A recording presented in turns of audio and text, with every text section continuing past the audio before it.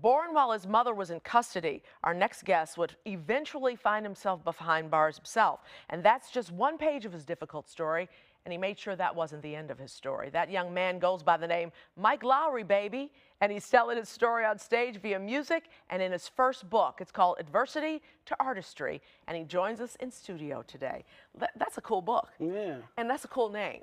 So explain to me the name. You explain it again where Baby comes from. Oh, so Baby actually comes from me having a cat since I was young. As soon as I was born, she'd been in the family that long period of time. So she seen me go to jail, then she seen me go to college, and then she passed on. So I added Baby to Mike Larry. Everybody called me Mike Larry because of the bad boys. This is an interesting story, though. You were born in jail because your mom was in custody at the time. Then you eventually went to jail. And anybody would say, he'll never make it. How did you make it? Perseverance, you know. I'm telling you, like, information, opportunity, and exposure is what changed a lot of kids like myself minds, you know, to do the right thing, to get on the right journey and path that you need to be on. So that's really ultimately what changed my mind, and being around like mentors and people that can, you know, not only just show you the right thing to do, but give you cheat codes so you won't fall over in them ditches. We always talk about mentors, but they are so important, aren't they? Yeah, they truly are. And you went to school, you went to college, right? Did you finish? Yeah. Okay. Yeah, I got my bachelor's degree. I got it from Russ College, you know. Okay, shout out. To the Bearcats, you feel me? Yeah, so I went down there and got my degree in mass communications and broadcasting. Yeah, and I see your colors, Omega Sci-Fi. You know. Q dog. that guy, that Q. So tell me this, what made you go into rapping? Oh, it's a crazy story, right? Okay. So I actually got kicked out of Russ College. I was suspended twice, and then I got expelled. Why were you expended and expelled? I was suspended because I still had that same mindset going down there after I got my GED, because I dropped out of high school. But I went down there, I'm like, man, I'm gonna try something different. And when I got down there, I still had a little bit of that Inglewood in me that I was trying to do something different. But this dean, her name was Dean Hyman. She's a sweet lady, man. I love her.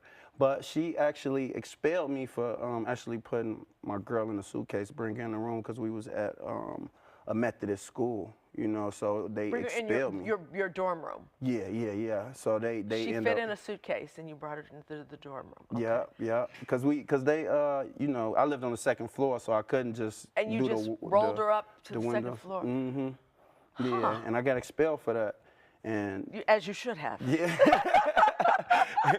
And then, so like, after I came home, everybody was clowning me in the neighborhood. They're like, man, you smart, bro. You different. You can do different. Use that mindset for something else. And then I was just like, man, I should go back. So I wrote about 10 copies of, you know, letters to the dean, like, man, I'm ready to come back. The whole school signed a petition and everything. For you to come back? Even the janitors, the teachers, everybody, right? And then and you can charm them too, obviously. Yeah, you know.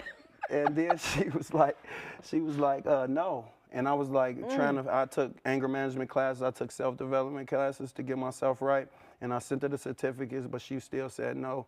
And it wasn't until I had the idea to do a rap song. And I'm like, man, either I'm gonna go back to jail or I'm gonna die in these streets, because you have to be all in when you're out here, you know. And I really wanted to change my life.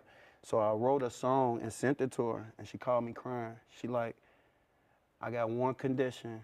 As long as you perform this in front of the school, I'll let you back. And I came down, performed in school. I went from like a 1.1 GPA to a 3.0. I pledged Omega Sci-Fi. I went from gang banging to pledging. So I used those same similar skills in the community service that we did in the neighborhood that we brought out here, you know. So I'm like, yeah. Do you teach that to other kids in Inglewood? Of course, yeah. We pour into the community. I got a nonprofit called Obey Your Dreams Academy, where we teach the history of hip hop, and it's called Rhymes and Real Talk. So we help kids find their purpose in life. You know, we tell them to write 10 things down that they love to do, and then circle 3 of them that you would do for the rest of your life.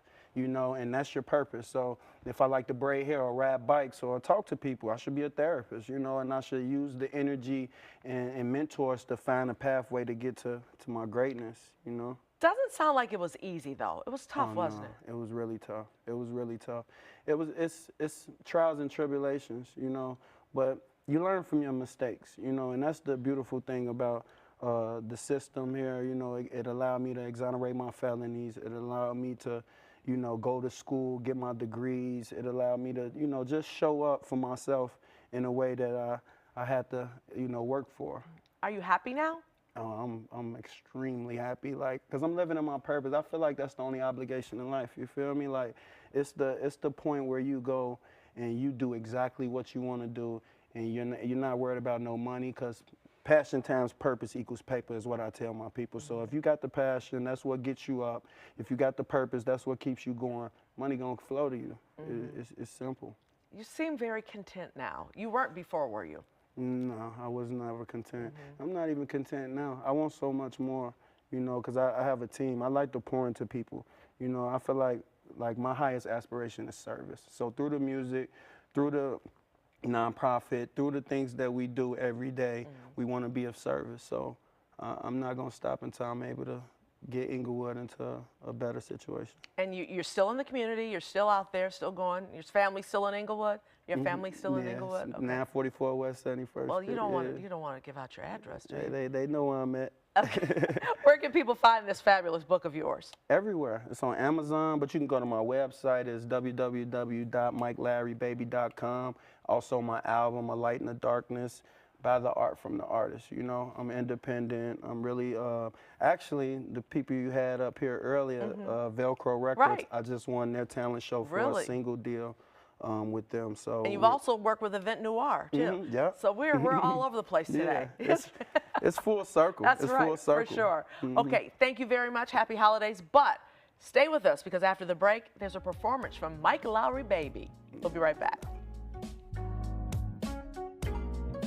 Weekdays on WGN. Spotlight.